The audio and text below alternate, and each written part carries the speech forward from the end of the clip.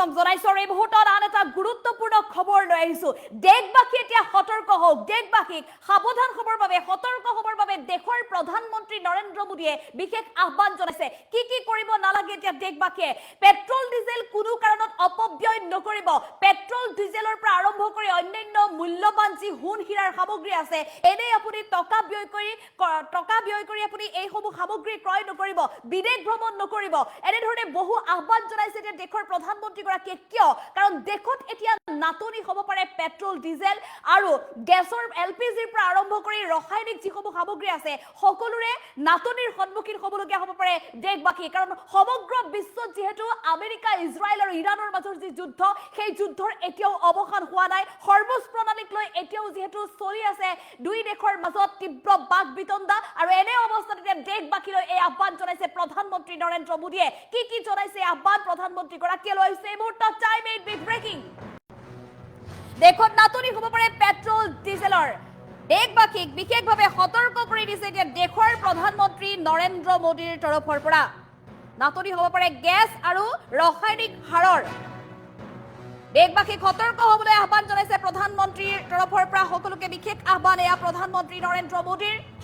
পৰাপক্ষত পেট্ৰল ডিজেলৰ ব্যৱহাৰ হ্ৰাস কৰক নিজৰ গাড়ীখন আছে বুলিয়ে কোনো কাৰণত আপুনি পেট্ৰল ডিজেলৰ অপব্যৱহাৰ নকৰিব কাৰ পুলিং কৰক ৰাজহুৱা পৰিবহনৰ সুবিধা লওক যি ৰাজহুৱা পৰিবহন সেৱা আছে ৰাজহুৱা পৰিবহন সেৱাৰে আপুনি সুবিধা লওক work from home video' conferencing এতিয়া আপুনি পুনৰ আৰম্ভ কৰক ব্যক্তিগত খণ্ডৰ যিসমূহ প্ৰতিষ্ঠান আছে এই প্ৰতিষ্ঠানসমূহৰ বাবে বিশেষ আহ্বান প্ৰধানমন্ত্ৰী নৰেন্দ্ৰ মোদীৰ বিদেশ ভ্ৰমণ নকৰিব বিদেশ ভ্ৰমণৰ পৰা বিৰত থাকক ধনৰ আপুনি অপব্যয় নকৰিব ধন সোণ যিকোনো মূল্যৱান সামগ্ৰীৰ আপুনি কোনো কাৰণত অপব্যয় নকৰিব সোণ হীৰা বা অন্যান্য যিসমূহ মূল্যৱান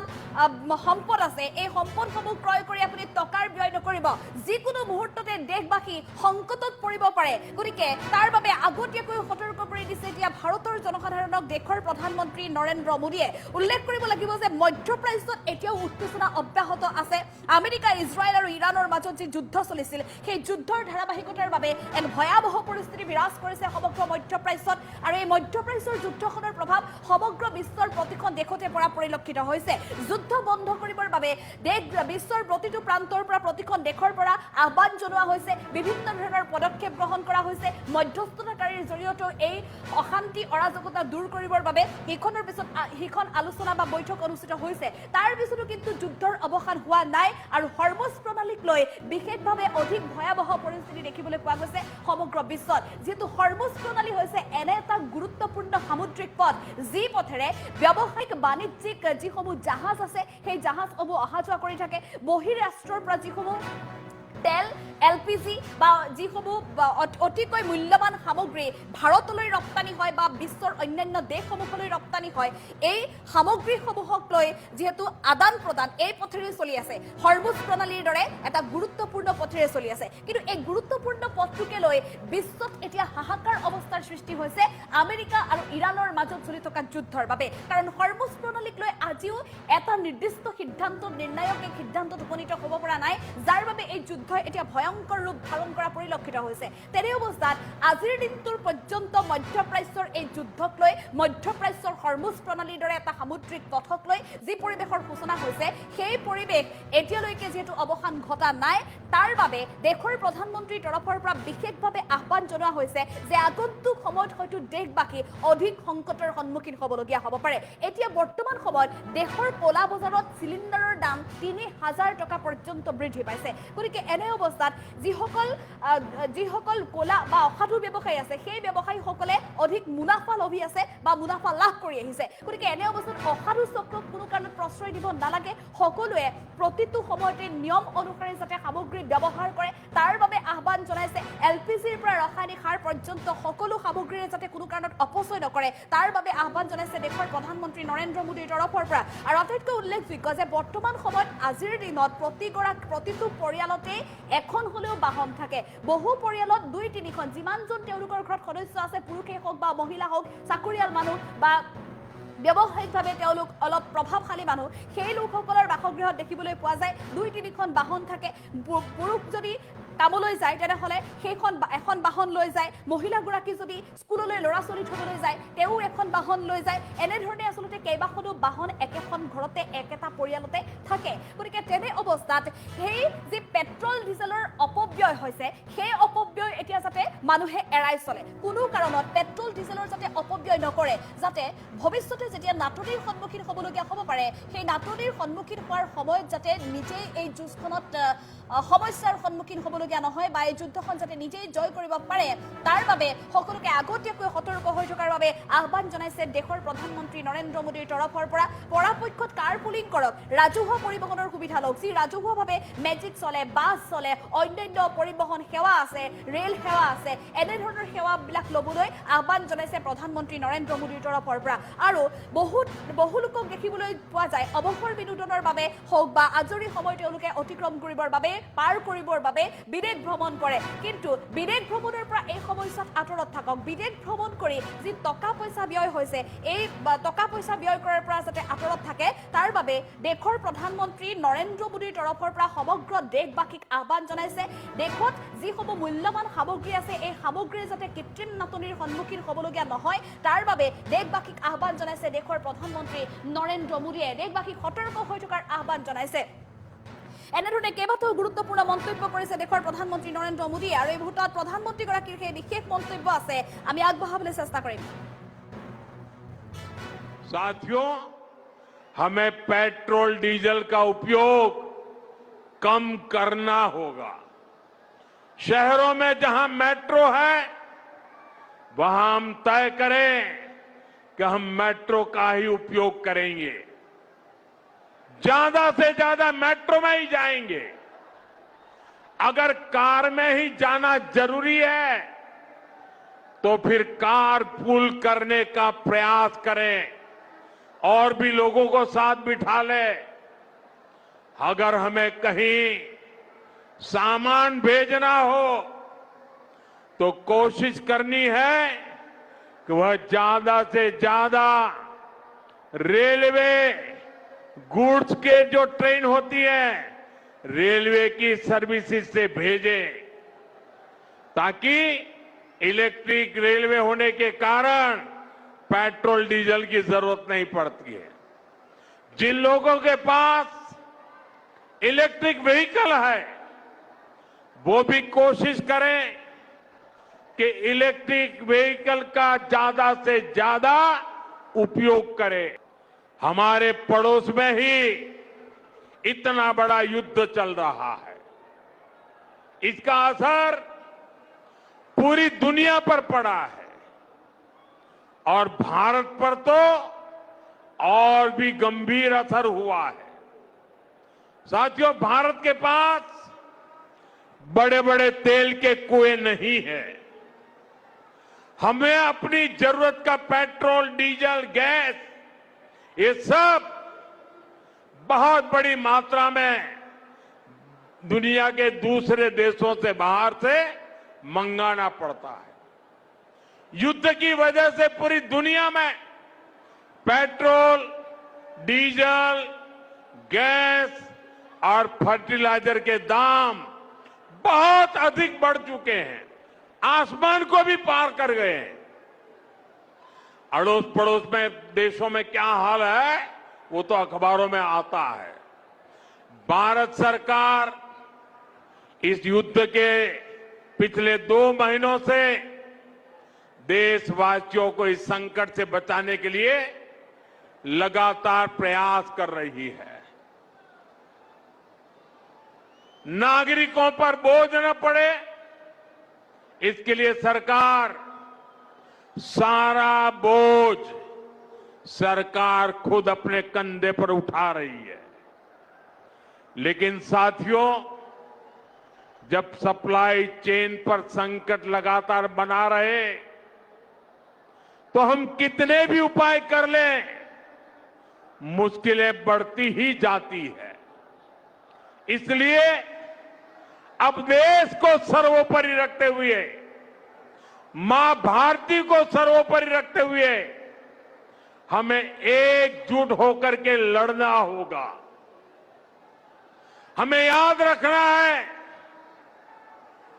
देश के लिए मरना ही सिर्फ देशभक्ति नहीं होती है, देश के लिए जीना और देश के प्रति अपने कर्तव्यों को निभाना वो भी देशभक्ति होती है। इसलिए वैश्विक संकट के इस समय में हमें कर्तव्यों को सर्वोपरि रखते हुए कुछ संकल्प लेने होंगे और उन संकल्पों को पूरे समर्पण भाव से पूरा करना होगा। जैसे एक बड़ा संकल्प है पेट्रोल डीजल का संयम से इस्तेमाल कर। আৰু ইয়াত দেশৰ প্ৰধানমন্ত্ৰী নৰেন্দ্ৰ মোদীয়ে সমগ্ৰ দেশবাসীক আহ্বান জনাইছে বিশ্ব এতিয়া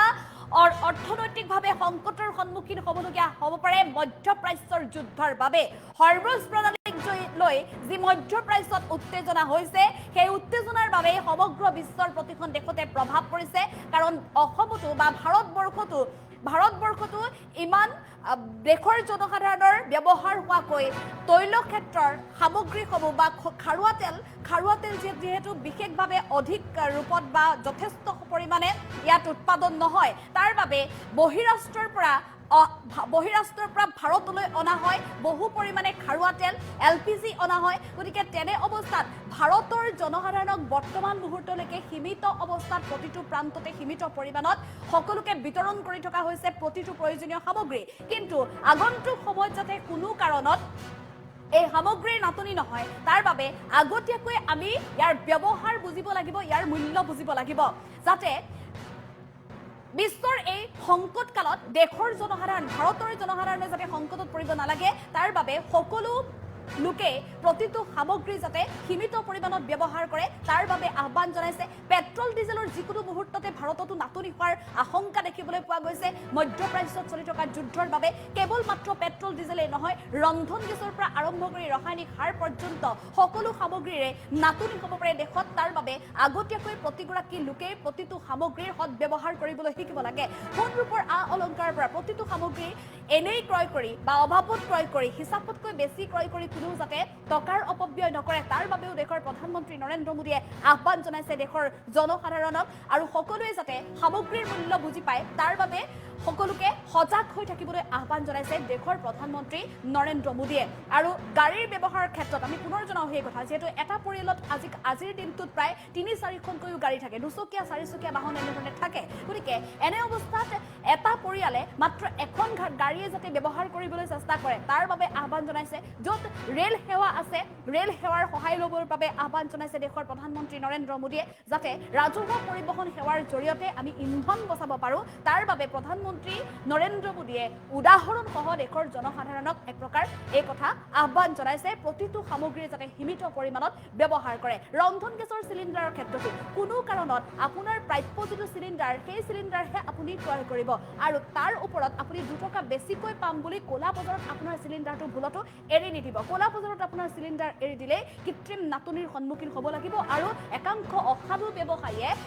হাজাৰ টকা লুণ্ঠন কৰিব দেশত সমগ্ৰ বিশ্ব যি সময়ত সংকটত ভুগিব লগা হৈছে তেনে সময়ত অসাধু ব্যৱসায়ীক কোনো কাৰণত আশ্ৰয় নিদিব তাৰ বাবে দেশৰ প্ৰধানমন্ত্ৰী নৰেন্দ্ৰ মোদীৰ তৰফৰ পৰা বিশেষ আহ্বান দেশৰ জনসাধাৰণলৈ আৰু এই মুহূৰ্তত আমি পুনৰ প্ৰধানমন্ত্ৰীগৰাকীৰ মন্তব্য আগবঢ়াবলৈ চেষ্টা কৰিম साथियों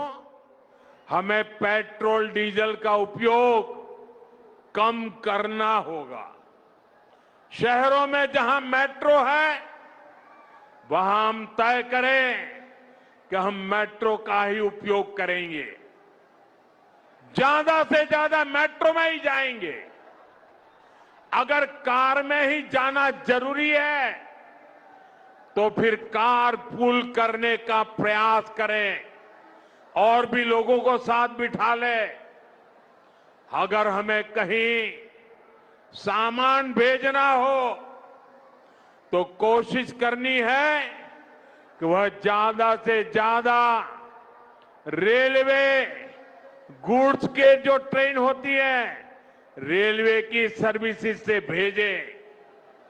ताकि इलेक्ट्रिक रेलवे होने के कारण पेट्रोल डीजल की जरूरत नहीं पड़ती है जिन लोगों के पास इलेक्ट्रिक व्हीकल है वो भी कोशिश करें कि इलेक्ट्रिक व्हीकल का ज्यादा से ज्यादा उपयोग करें। हमारे पड़ोस में ही इतना बड़ा युद्ध चल रहा है, इसका असर पूरी दुनिया पर पड़ा है और भारत पर तो और भी गंभीर असर हुआ है। साथियों, भारत के पास बड़े बड़े तेल के कुएं नहीं है। हमें अपनी जरूरत का पेट्रोल, डीजल, गैस, ये सब बहुत बड़ी मात्रा में दुनिया के दूसरे देशों से, बाहर से मंगाना पड़ता है। युद्ध की वजह से पूरी दुनिया में पेट्रोल, डीजल, गैस और फर्टिलाइजर के दाम बहुत अधिक बढ़ चुके हैं, आसमान को भी पार कर गए हैं। अड़ोस पड़ोस में देशों में क्या हाल है वो तो अखबारों में आता है। भारत सरकार इस युद्ध के पिछले 2 महीनों से देशवासियों को इस संकट से बचाने के लिए लगातार प्रयास कर रही है। नागरिकों पर बोझ न पड़े, इसके लिए सरकार सारा बोझ सरकार खुद अपने कंधे पर उठा रही है। लेकिन साथियों, जब सप्लाई चेन पर संकट लगातार बना रहे तो हम कितने भी उपाय कर लें, मुश्किलें बढ़ती ही जाती है। इसलिए अब देश को सर्वोपरि रखते हुए, मां भारती को सर्वोपरि रखते हुए हमें एकजुट होकर के लड़ना होगा। हमें याद रखना है,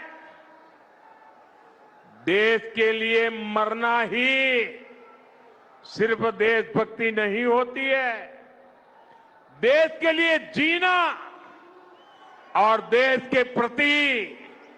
अपने कर्तव्यों को निभाना, वो भी देशभक्ति होती है। इसलिए वैश्विक संकट के इस समय में हमें कर्तव्यों को सर्वोपरि रखते हुए कुछ संकल्प लेने होंगे और उन संकल्पों को पूरे समर्पण भाव से पूरा करना होगा।